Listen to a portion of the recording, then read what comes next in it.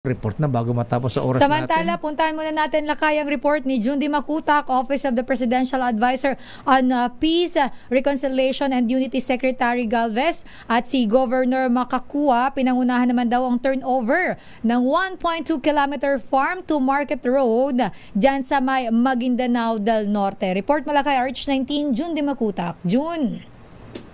Sister L, manong lakay Deo, panibagong farm-to-market road farm para sa mga magsasakang MNLF at MILF former combatants sa bayan ng Datublan, Singswat ang formal na binuksan.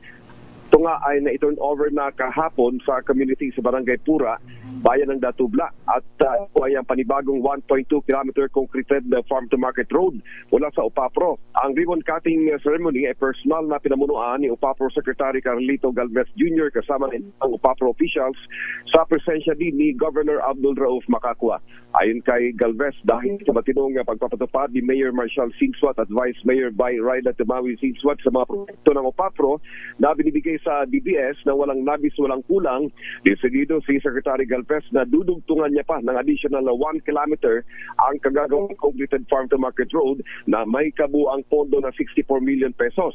Sa 1-to-10 ratio of performance, binigay ni Governor Macacua ang 10 performance rating kina Mayor Marshall at Vice Mayor Ryla Singswat dahil sa transformation ng DBS na nakipagsabayan ngayon sa kapayapaan at kaunlaran sa nasa kalipas ng mga panahon ay isang isolated at walang development na bayan. Labis naman ang kasiyahan ng mga former combatants ng MILF at MNLF sa lugar na ang ipinabubuhay ngayon ay ang pagsasaka dahil sa mapapadali ng ilabas ang kanilang mga produktong ani. Taos-pusong pinasasalamatan ng Governor Macacua, Mayor Marshall, Vice Mayor Bay Ryla Singswat at ng buong mamamayan ng DBS ang Pangulong Marcos Jr. Sa magitan ni Secretary Galvez, nagdarama umano ng mga taga-DBS del Norte ang haplos ng pagmamahal at magkalinga ng Pangulong Bongbong Marcos Jr. sa Bangsamoro Region. Mula sa Central Mindanao, RH19, Putak, DZRH, una sa Pilipinas, una sa Pilipinas. Maraming salamat, June Dimacutak. At